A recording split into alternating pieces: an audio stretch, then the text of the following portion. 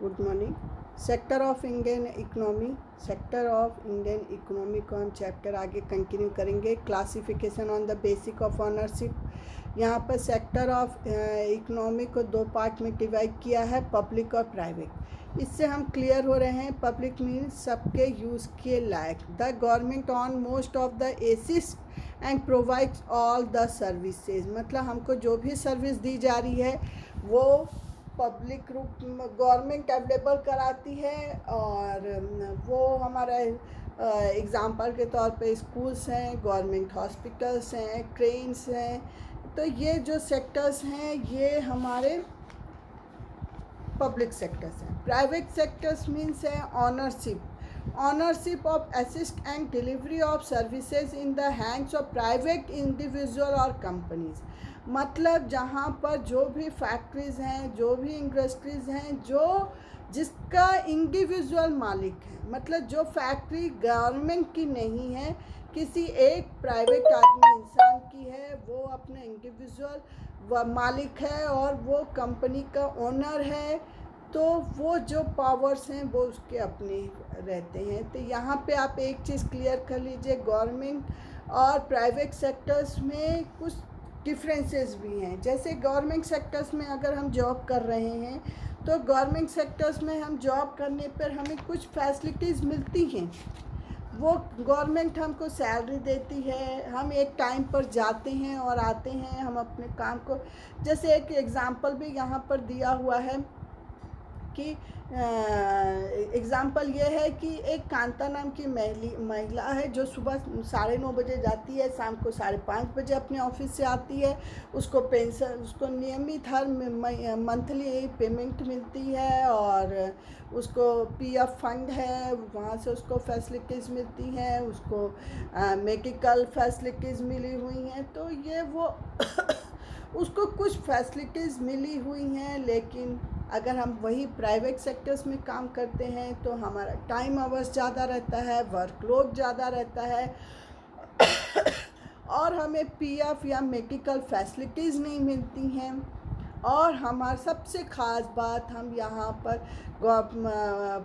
Government job करते हैं तो वहाँ पर हमको क्या है, परमानेंट होने की फैसिलिटी है। हम परमानेंट रहते हैं और हमको जॉब जाने का डर नहीं रहता। लेकिन प्राइवेट सेक्टर में अगर ऑनर चाहेगा तो वो हमें अपनी कंपनी से निकाल भी सकता है। मतलब ये कहने की कोशिश की है कि पब्लिक और प्राइवेट सेक्टर्स में ये डिफरेंसेस हैं।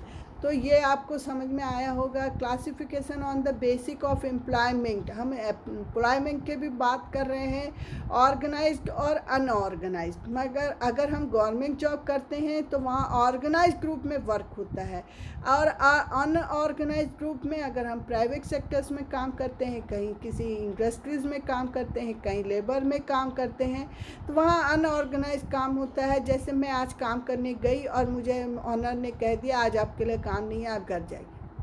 लेकिन गवर्नमेंट जॉब अगर मैं कर रही हूँ, वहाँ ऑर्गेनाइज्ड ग्रुप से मुझे जॉब पे रखा गया और मुझे एक कंफर्मेशन लेटर दिया गया। मुझे जॉब से निकालने के पहले मुझे अल्टीमेटम दिया जाएगा या मुझे कुछ बताया जाएगा। लेकिन यहाँ अनऑर्गेनाइज्ड सेक्टर्स में ये प्रॉब्लम आती है कि उनको कोई भी तरीका नहीं बताया जाता है। तो यहाँ पर एक कांता का भी स्टोरी है जो नियमित रूप से काम करती थी, नियमित रूप से आ जाती थी, उसको पीएफ मिलता था, मेडिकल फैसिलिटीज़ मिलती थी, उसको टाइम आवर्स एक लिमिटेड था। लेकिन जो कमल था वो एक किराना दुकान में डेली वेजेस पे वर्क करता था।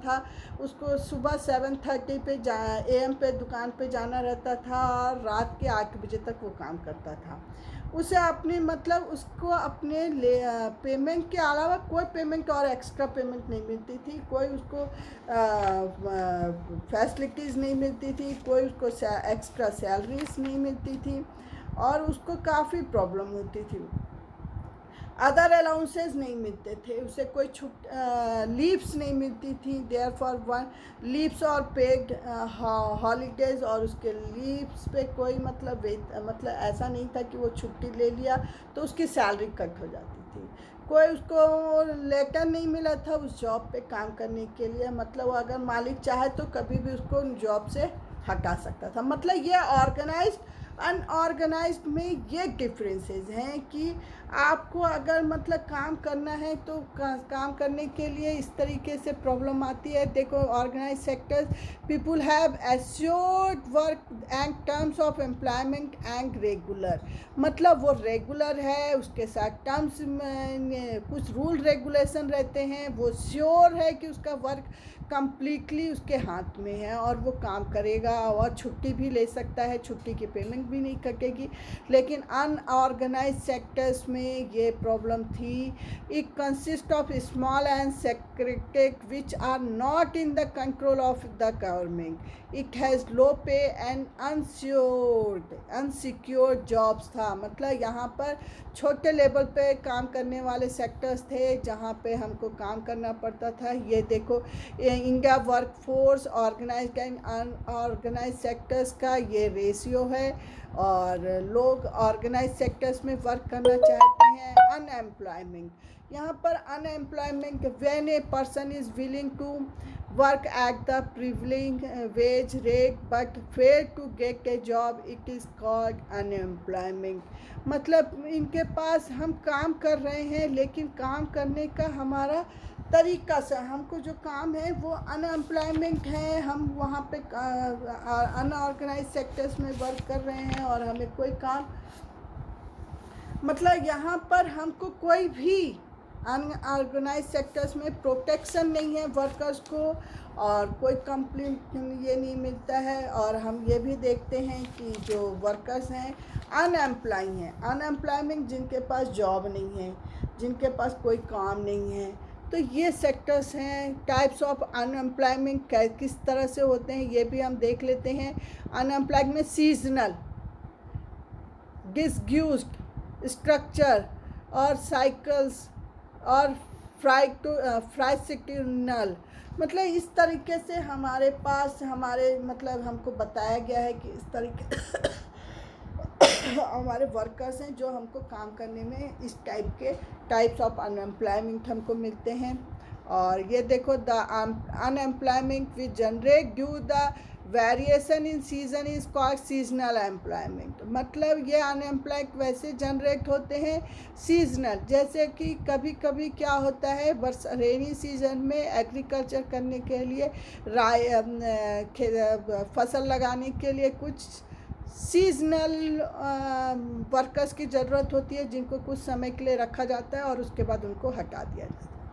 When more people are working than required, it is called disguised unemployment. कई बार क्या होता है कि एक काम को करने के लिए हम 4 व्यक्ति रखते हैं लेकिन हम 2 व्यक्तियों से भी काम करा सकते हैं, तो वो अनयूज्ड वर्कर्स होते हैं जो कि इस तरीके से उनसे मतलब हम चाहें तो रखें चाहें तो ना रखें। When the economy failed to generate enough job, it is called structural unemployment. मतलब हम जनरेट हुआ इनफ जॉब तो मिल गई, नहीं मिला तो गया। The unemployment that is created because of depression in an economy, it is called cyclical unemployment. When unemployment happens because of transferring from one job to another, the period between changing the job is called fractional job. तो ये topic हमारा यहीं ख़त्म होता है और thanks. और आपको इस चैप्टर्स को अच्छे से रिवाइज़ कीजिए, पढ़िए और समझिए। कोई डाउट हो तो मुझसे पूछिए। थैंक्स।